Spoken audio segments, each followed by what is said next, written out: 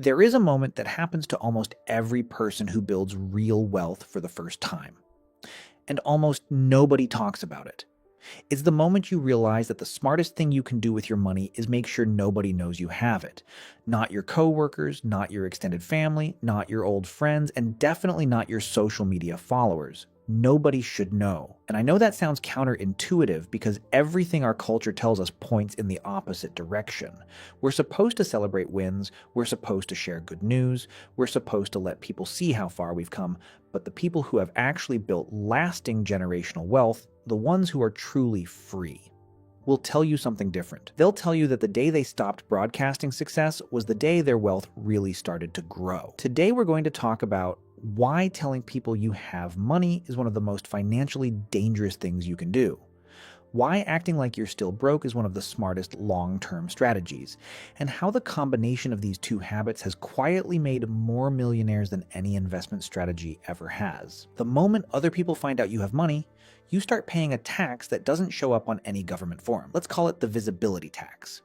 And unlike the IRS, this one never stops collecting. It starts small, and it starts with people you know. A cousin who needs a loan, a friend with a business idea that just needs a little startup capital, a sibling who's in a tough spot and knows you can help. These requests feel like isolated events, but for people who have built wealth and made the mistake of letting it be known, they are relentless and they never fully stop. According to research from wealth management firm US Trust, over 60% of high net worth individuals report that family financial expectations, meaning pressure to give money, lend money, or fund other people's lifestyle, became a significant source of stress after their wealth became known to people close to them. And it's not just family. The moment your social circle knows your financial situation has changed, the dynamic of every relationship shifts. Some people start treating you differently, with more deference or with more resentment, depending on who they are.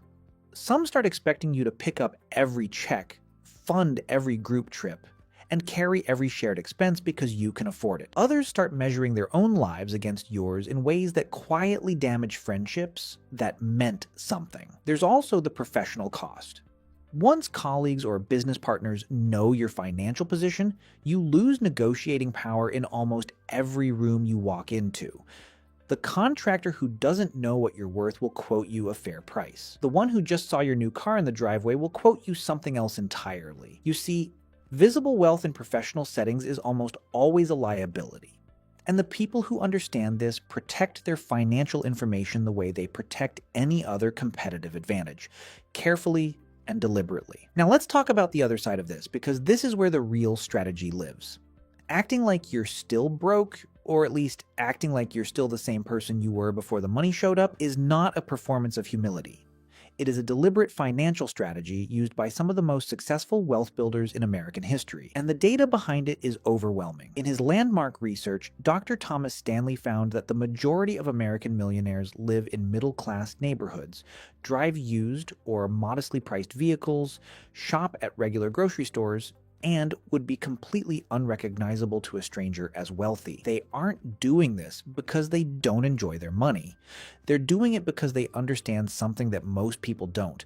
Every dollar that doesn't go toward maintaining the appearance of wealth is a dollar that keeps compounding. Let's make this tangible with Mark. Mark has built up $800,000 in investments by his early 50s. He's done it quietly, living modestly on a teacher's salary supplemented by years of disciplined investing.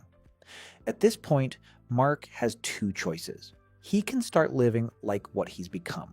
Upgrade the house, upgrade the car, take the first-class flights, let people around him know that things have changed. Or he can keep living like the same Mark he's always been, let the $800,000 continue compounding at 10% annually, and add another $80,000 to his net worth this year without lifting a finger. If John upgrades his lifestyle and starts spending an extra $40,000 a year on visible purchases, which is extremely modest by the standards of what people typically do when they feel wealthy, he doesn't just lose $40,000, he loses the $40,000 and every dollar of compounding that money would have generated for the next 15 years.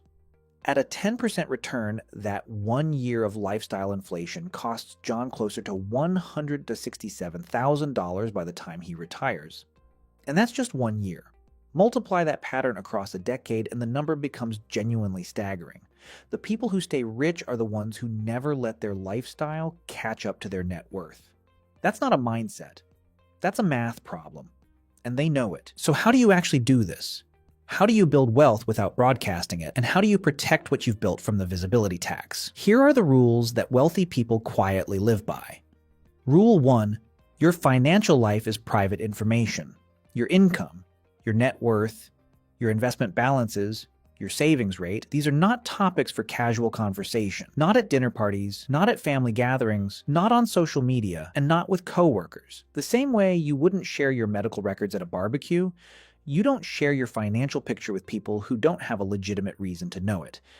This isn't secrecy, it's discretion. And there's a very important difference. Rule 2, upgrade your life privately, not publicly. There is nothing wrong with using your wealth to make your life more comfortable, more secure, and more enjoyable. That's the whole point of wealth after all. But the wealthy do this in ways that are largely invisible to the outside world. Better food at home rather than flashy restaurants. A genuinely good mattress rather than a watch that costs more than a car. Investing in their health, their time, and their peace of mind rather than in things that send signals to strangers. They enjoy their money quietly, and they keep the performance offline. Rule 3, let people underestimate you. This is the one that feels the strangest at first, but becomes one of the most liberating habits you'll ever develop. When people assume you're just getting by, they leave you alone. They don't come to you with schemes.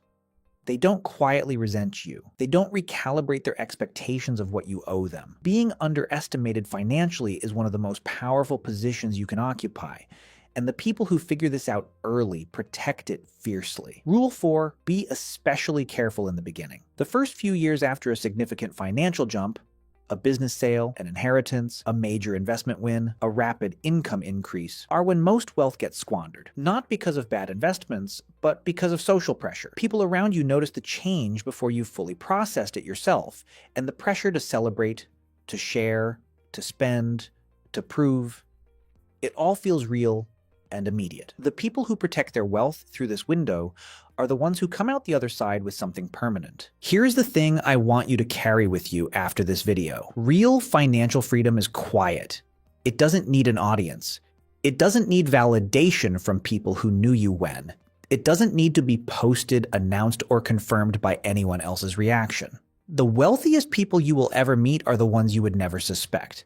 They drive reasonable cars, they live in reasonable houses, they are friendly, unassuming, and completely impossible to read financially. And that is not an accident. That is the strategy. That is the whole strategy. Build it quietly, protect it fiercely, and let the people performing wealth on social media wonder how you got so far ahead while seemingly doing so little. If this one resonated with you, hit the like button and share it with someone you think needs to hear it. And make sure you subscribe, because next week we are going deep on something that is going to challenge everything you think you know about money.